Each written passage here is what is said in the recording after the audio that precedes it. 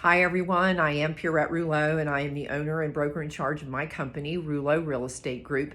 We are super proud of what we are doing. I lead the team. I have an amazing marketing manager, Gina Zinkin, who works with me on all of our social media, keeping our website up to date, doing our unique and creative marketing when we work with sellers. And I also have my friend and partner and artist, Ron Killian, who assists me in staging our properties for us. So we have a really wonderful team, and I am the buyer agent. And I love my work as a buyer agent, and I love my work as a seller agent, and I have two other people to assist me so that I can keep going at my pace and my desire to be of service in our community. So I have been thinking about the market as usual because I am a real estate broker and I think about real estate all the time.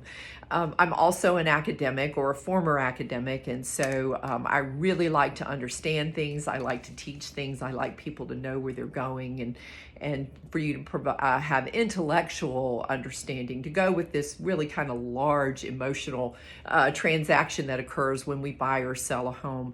So I'm speaking really to everyone who either owns a home, who buyers who desire a home, people who want to understand the market. So look, I work in Asheville. And so I'm really going to talk today just about single family in Asheville. But let me really give you a caution that this conversation applies to Asheville and a 30-mile radius as well.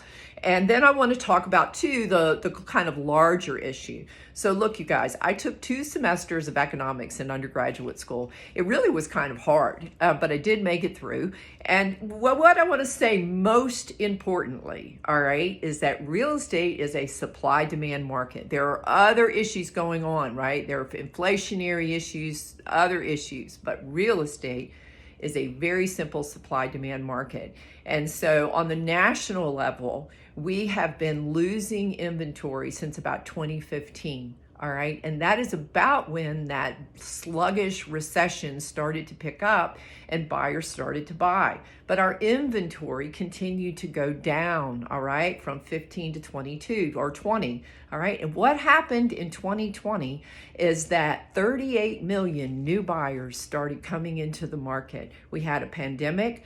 We have climate crisis that's moving people, and we have 38 million new buyers. So on the larger level, there is a huge supply-demand crisis going on, all right? So at the beginning of June, we had under 1 million units nationally, all right, to be sold. We need about 2.5 million houses to be sold. It is the case that as the interest rate goes up for buyers, that is going to pull some more buyers out of the market. Sellers are going to start to see a shift, and buyers are going to start to see a shift. As there are fewer buyers, buyers are having to pay more in terms of interest and lender points. And sellers are going to see that the average price per house increase this year is going to slow down some. They're going to see a fewer less buyers. Sellers are going to be aware again that we have enormous equity in our property and that buyers are paying more, right? And so sellers may be aware of concessions that are needed by a buyer, perhaps some repair funds.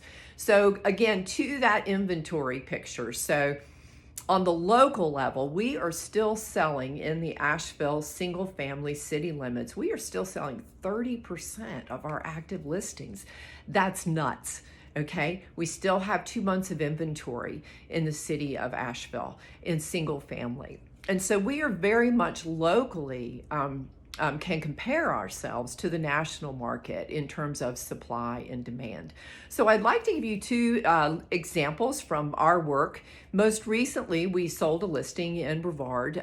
We prepared it for the market, having a home inspection, repairs done. We had the entire house professionally cleaned inside, power washed outside, the yard spruced up, and an entire paint job.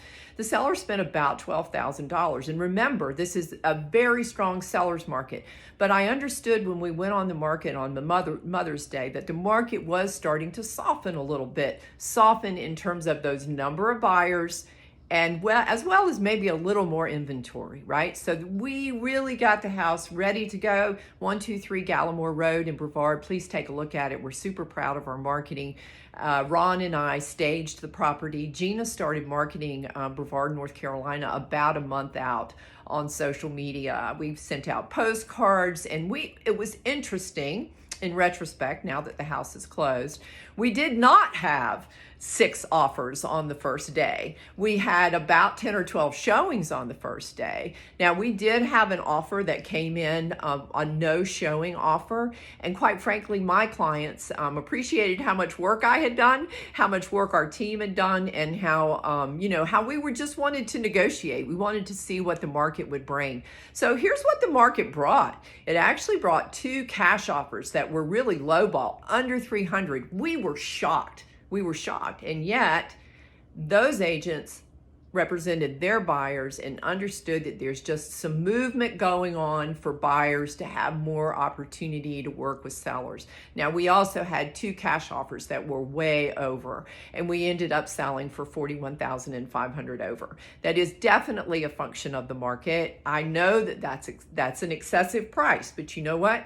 I represent the seller in this transaction, and that seller made a good investment in 2015.